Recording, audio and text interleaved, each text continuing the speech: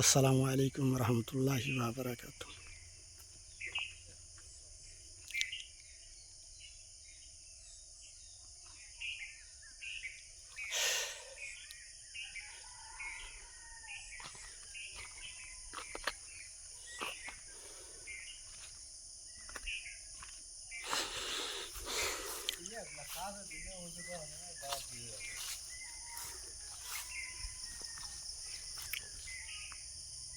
এটা আমাদের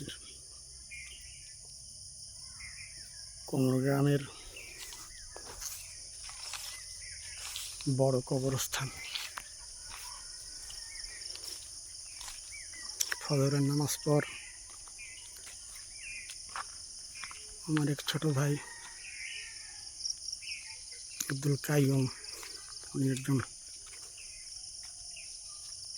আলেম, ওনাকে নিয়ে কবর জিয়ারত করলাম।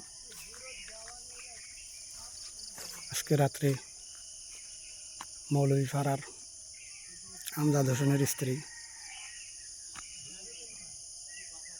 এবং মোহাম্মদ আবুল বাশার এবং মোহাম্মদ আনোয়ার ভাইয়ের মা, আমাদের পাড়া প্রতিবেশী, ইন্তেকাল করিয়েছেন গত রাতেই। তার কবরস্থান তৈরি করার জন্য লোক আসতেছে কোদাল নিয়ে। আল্লাহু আকবার। এখানে আমাদের গ্রামের আশেপাশের যত মানুষ এই কবরে শায়িত আছে, আল্লাহ তুমি তাদেরকে ক্ষমা করে দিন। আপনি নিশ্চয় দয়ালু এবং ক্ষমাশীল। গুনাহগার আল্লাহ,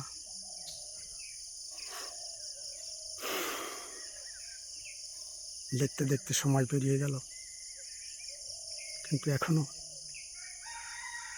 মনে হয় মৃত্যুর জন্য পুরোটা তৈরি করতে পারিনি। আল্লাহ আপনি আমাদেরকে পরিপূর্ণ তাকওয়া হিদায়াত দান করুন, যেন ঈমানের সহিত এই কবরস্থানে যেন আসতে পারি। আল্লাহ আপনি বেঈমান বানায় কবরে নিয়েন না। আল্লাহ আপনি বড় নিশ্চয় দয়ালু এবং ক্ষমাশীল। আল্লাহ আমাদের যে ঈমানের অবস্থা, আল্লাহ সময়ের পরিপ্রেক্ষিতে সংসার জীবনে অভাব অনটনের কারণে আল্লাহ আপনাকে হয়তো সঠিকভাবে ডাকা হয় না। আল্লাহ আপনাকে ডাকার জন্য সে তৌফিক দান করুন, আপনাকে পাওয়ার সেই দান করুন।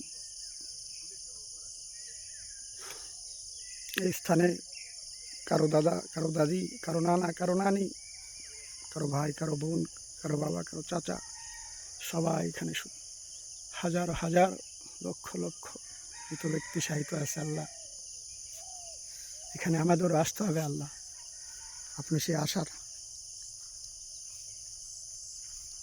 কামিয়াবি করে আল্লাহ কবুল করিয়ে নেন। আল্লাহ